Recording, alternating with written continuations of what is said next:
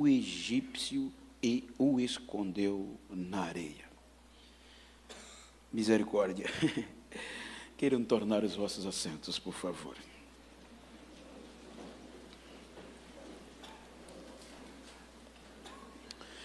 Queridos, em primeiro lugar, eu quero agradecer a Deus pelo privilégio de poder estar participando desse trabalho convosco. E para isto, externo a minha gratidão ao pastor Roberto, um amigo que Deus tem me dado nesta cidade, pela anuência, a credibilidade de poder estar aqui mais uma vez convosco.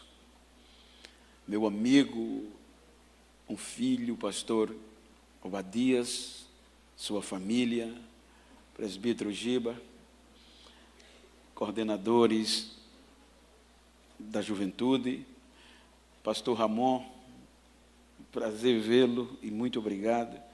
E em nome deles estendo a todo o corpo ministerial, a igreja, a juventude, obrigado por este privilégio. Como também a alegria de conhecer e ser recepcionado pelo irmão Fabrício, que de uma forma excepcional tem me conduzido.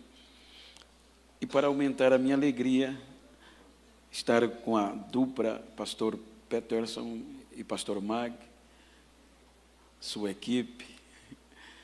Eu os tenho em estima de filhos do coração, pois tenho uma amizade considerável e recíproca com o pastor Adelino, vosso pai, e há anos que nós gozamos desta amizade familiar.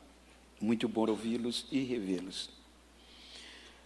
Queridos, eu tenho tomado por base esse texto. Esta mensagem veio ao meu coração para trazer-lhes uma mensagem estimulativa, desafiadora, tendo em vista os dias que vivemos. Nesta mensagem, eu quero ater-me que é impossível separar o fracasso do sucesso. E para isso, eu gostaria de tomar esta história que nos dá uma lição excepcional para tirar lições do erro.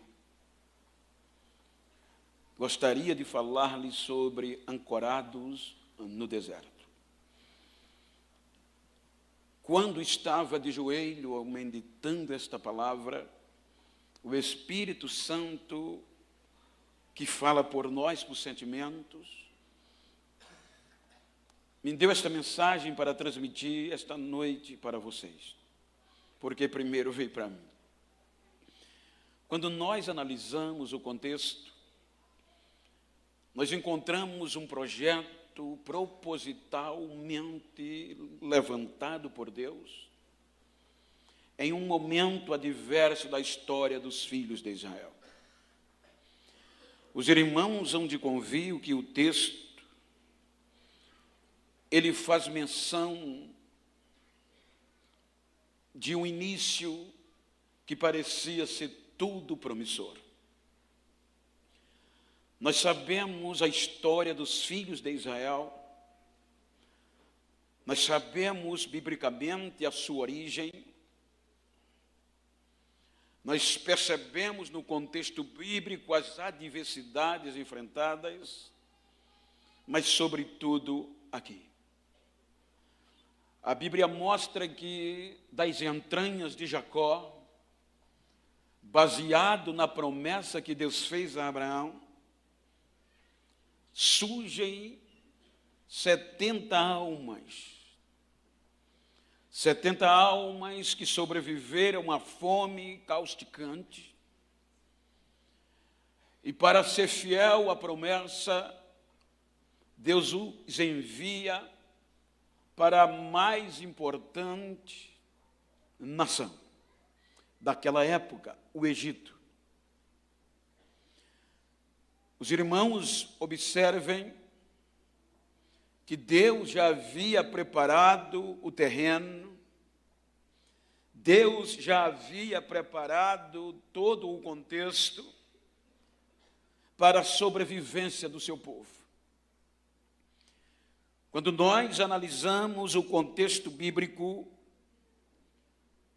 nós percebemos os hebreus chegam no Egito. E os irmãos hão de convir que o texto nos mostra que a chegada do povo foi a melhor possível. Observe como tinha tudo para dar certo, como estava tudo caminhando dentro dos pormenores desejáveis. O povo, o projeto Israel, vai ser escoltado pela caravana egípcia, vai ser escoltados para o Egito pelos soldados egípcios em status de honra. Vejam que quando José vai encontrar Jacó, possamos, ou digamos, o Egito recebeu Israel em aplausos pelos feitos de José.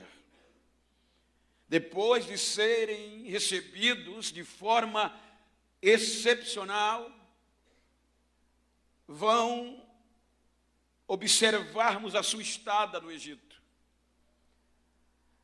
A melhor terra para o que o povo era especialista. Faraó, o rei em vigência, dá a terra boa para se desenvolver o agronegócio. O interessante é que eu passei alguns dias lá no Egito e um arqueólogo amigo meu, de uma longa experiência egípcio, ele nos contou a grandeza da terra de Gósen. Ele disse que até hoje, século 21, os melhores frangos, as melhores verduras, as melhores frutas ainda provêm da região de Gósen. Até hoje, para mostrar aonde Deus elevou, colocou o povo na melhor parte da terra para desenvolver a especialidade do agronegócio, pastores de ovelhas e agricultores. Então observem que o povo está no lugar certo, recebidos com aplausos, aonde Deus preparou para a sobrevivência do seu povo. Então isso implica-se a dizer que tudo vai vivendo em popa. Dias melhores que o outro. Porém, o tempo passa. A história é verídica. A Bíblia diz que com o passar do tempo, morrem os patriarcas. José, seus irmãos, seu pai, aquela geração se vai. A história é contínua que o próprio Faraó, que recepcionou Israel, faleceu. E veja que vem um novo rei. Quando a Bíblia diz que não conhecia a história de José, obviamente que é um contexto que, na lógica dos acontecimentos, ele não levou em conta a história de José, mas conhecia, porque usando o contexto literário, a razoabilidade, a história é contínua. Se nós sabemos até hoje Era impossível a maior autoridade do Egito não soubesse de uma história recente que aconteceu em seu território. Se até hoje os egípcios são gratos a José, a história, pelo que ele fez, pelo que Deus agiu, este faraó que entrou, obviamente no contexto literal, conhecia, só que ele não levou em conta. Então, não levando em conta aquilo que parecia ser promissor, se tornou tortura por conta de seus objetivos. Os irmãos hão de convir que a partir daqui vai surgir o inesperado. Se eu fui recebido com aplausos, se eu fui recebido com glamour, digamos assim, se eu sou colocado no melhor lugar aonde a prosperidade é cotidiana, jamais eu vou esperar um sofrimento insuportável. Então, quando este faraó adentra no contexto, vem o problema. Qual é o problema? O susto, a contabilidade, aquilo que parecia ser promissor, se tornou uma ameaça. E isto é notório do ser humano. Observe que até hoje, século 21, com toda a modernidade, quando alguém começa a se destacar, se torna ameaça. Observe que isto é comum até hoje. Foi aqui que Deus elevou o seu povo. Quando o faraó observa este povo chamado hebreus, em numerologia, superava todos os egípcios. Então agora, como Israel cresceu em números, Faraó teve medo. E tendo medo, convidou uma reunião com os seus maiorais e vai contextualizar. Observem que a Bíblia diz que a primeira ação que ele faz e sanciona é diminuir o povo.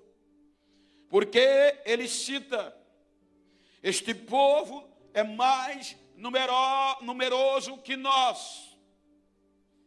Se nós não tomarmos providências, em uma rebeldia, ele toma o nosso país. Então vamos agir enquanto podemos. E vamos fazer o quê? Diminuir o povo. E como se faz isso? Se você ler o versículo 8 ao 9, você vai entender. O texto diz, do mesmo livro, capítulo 1, versículo 8 ao 10. Então se levantou um novo rei sobre o Egito, que não conhecia José. Este conhecer é conviver, é face a face. Ele não conhecendo José, menosprezou a história. Disse ele ao seu povo, o povo de Israel é mais numeroso e mais forte do que nós. Eia, atenção, usemos de astúcia para com ele, para que não se multiplique, e vindo a guerra, ele se junte com os nossos inimigos e pelejem contra nós e saiam da terra. Então, qual é o medo é que este povo se torne aliado de alguns inimigos em caso de guerra e deixe o Egito e lute contra o Egito. Então, o que é que nós devemos fazer? Diz a Bíblia: vamos diminuí-lo. E como diminuir? Versículo 11, capítulo 1. Vamos humilhá-los. Vamos humilhá-los. Então puseram sobre eles feitores para os afligirem com as suas cargas. Assim, os israelitas edificaram para Faraó cidades, celeiros, como Pitom e Ramassés. Veja o que diz a história bíblica. Uma das maiores lutas dos egípcios hoje. Quem já foi ao Egito por 2 anos consecutivos, tive o prazer de participar de um curso no Egito. E o maior esforço dos guias que nos guia, dos mestres que nos ensina, é mostrar que Israel nunca foi escravo. O Egito nunca fez Israel escravo. Mas o texto bíblico diz que, com medo de o povo se revoltar contra o Egito, eles resolveram humilhar.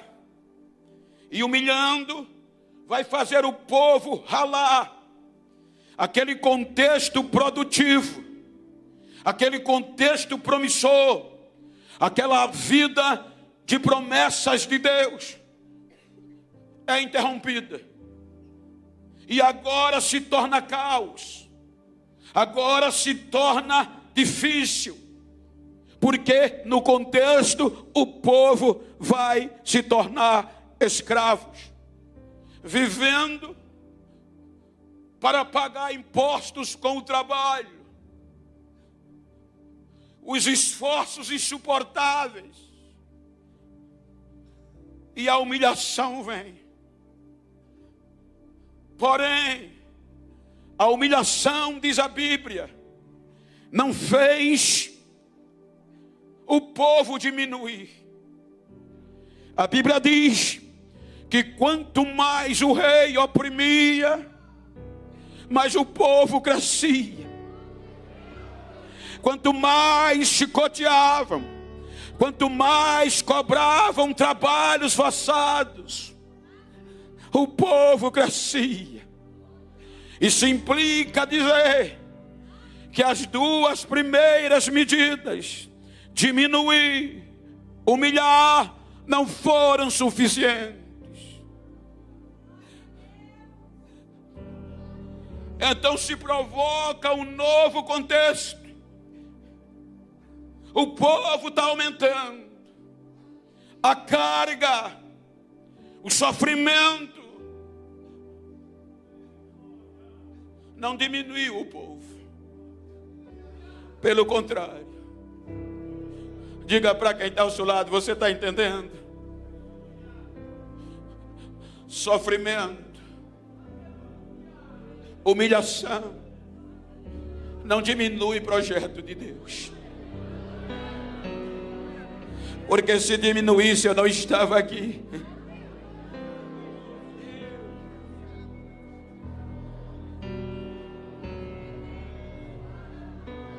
Porque quantas vezes os meus tímpanos não ouviram que eu jamais pregaria no sul, porque eu sou preto. Hoje, todos os dias, eu recebo o convite do sul.